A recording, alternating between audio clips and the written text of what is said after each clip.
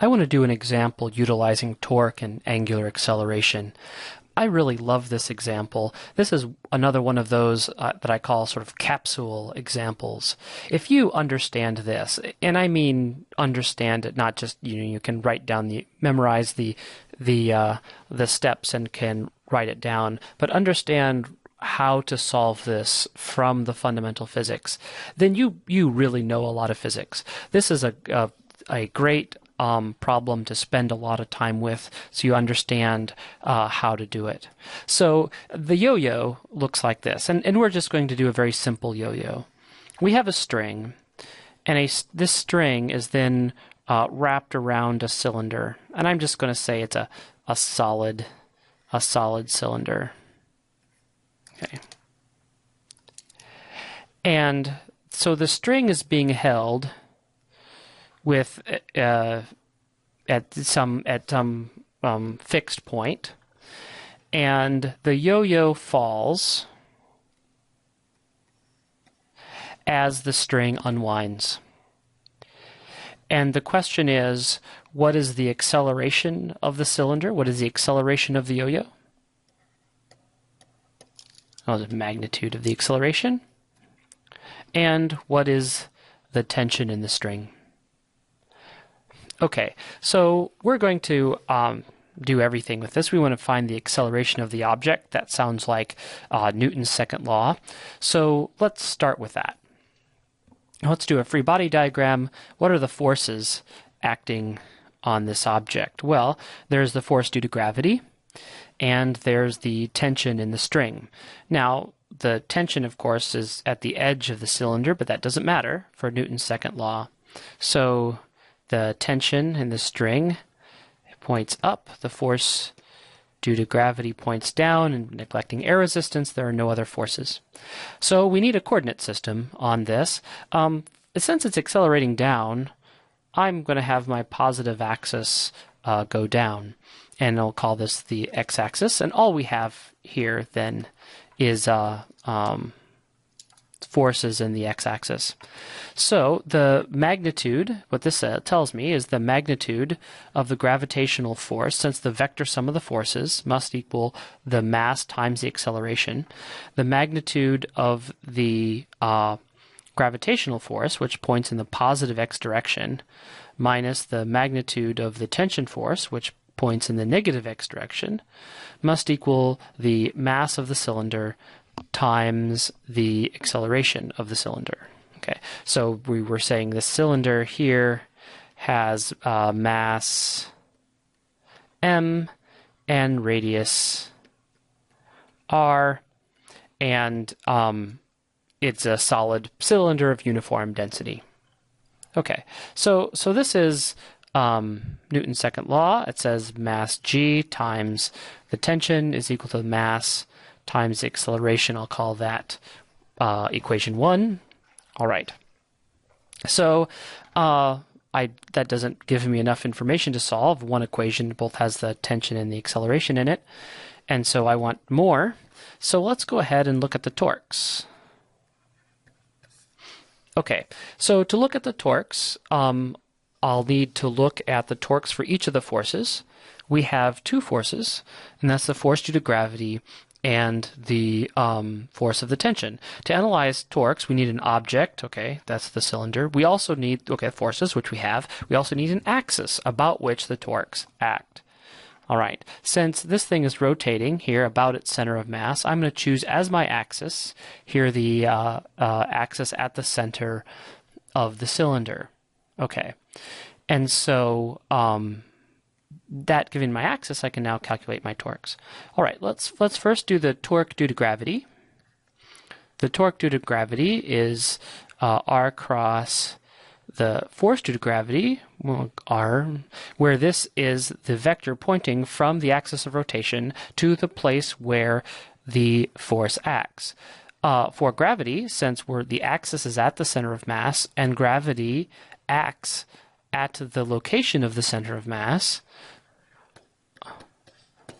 this vector is 0. So you see here the force due to gravity acts on the center of mass. Since that's the axis of rotation about which I'm calculating torques, the torque due to gravity is equal to 0. Okay.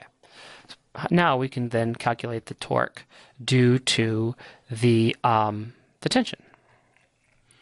Well, that's equal to R, I'll call R sub t, times the tension. The tension is the tension force, the tension vector. And then this R sub t vector is the vector from the axis of rotation to the place where the force acts. Okay, so if I look, the string is coming off the cylinder at the point where the string sort of leaves the cylinder, and so if I want to do my vector, then points from the center of mass horizontally to this point at the edge of the cylinder. So the R vector has a magnitude equal to the radius, then, the radius of the cylinder, and it points horizontally, which is perpendicular to the tension. So if I want to calculate this torque, then, that's equal to the magnitude of this R sub t vector, which is the radius of the cylinder, times the tension in the string, and then that is equal to then sine of 90 degrees, which is 1, because the angle between the vectors is 90 degrees, and sine theta is 1.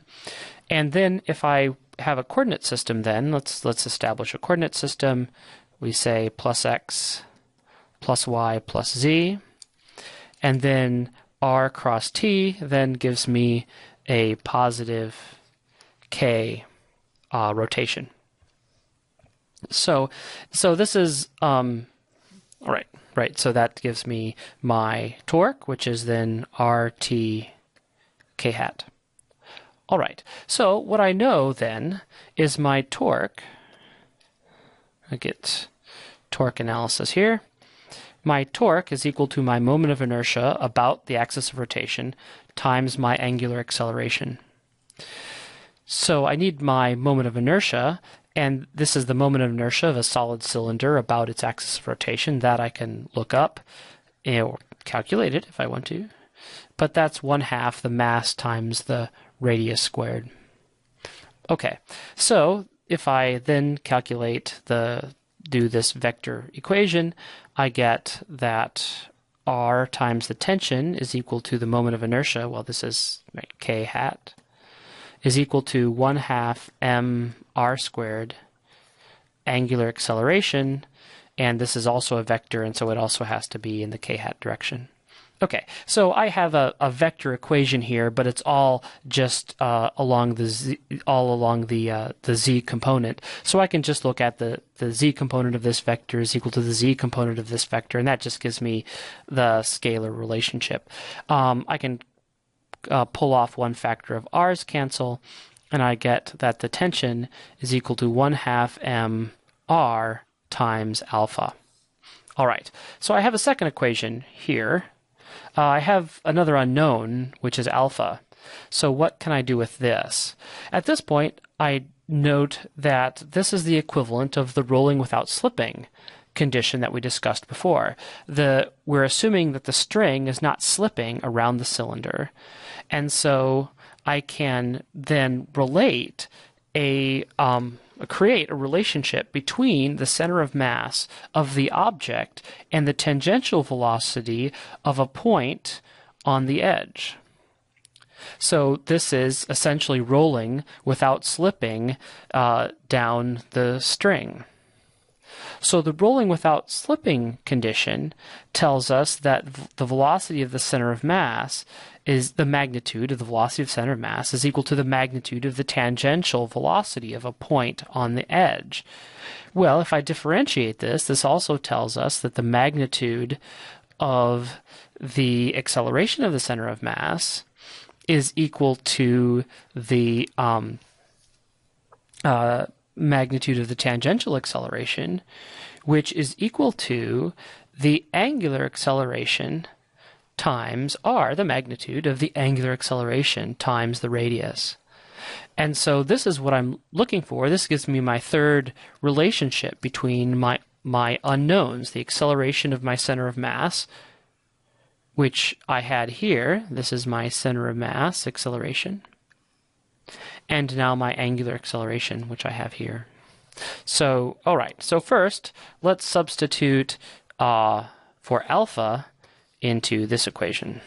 So this gives me my tension is 1/2 mr times the acceleration of the center of mass, which I just called a, divided by r, or 1/2 ma. So now I can substitute that into here, and I get mg minus 1/2 ma, when mg minus the tension, is equal to the mass times the acceleration. Okay, so the m's cancel, and I bring this, add 1/2 a to each side, and I get g is equal to 3/2 a, or my acceleration 2/3 g.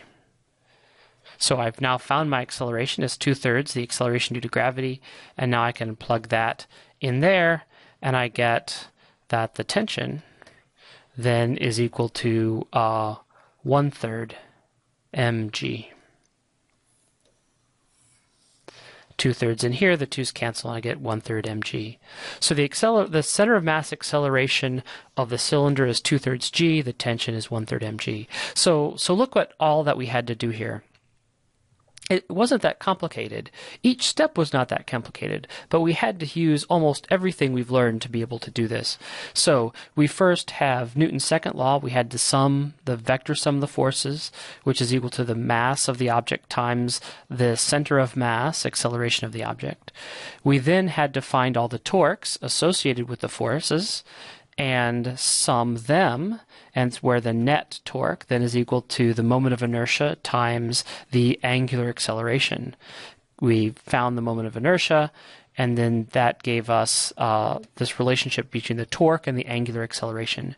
We then had to use our knowledge of rolling without slipping to find relationships between the center of mass acceleration and the angular acceleration, which we found here.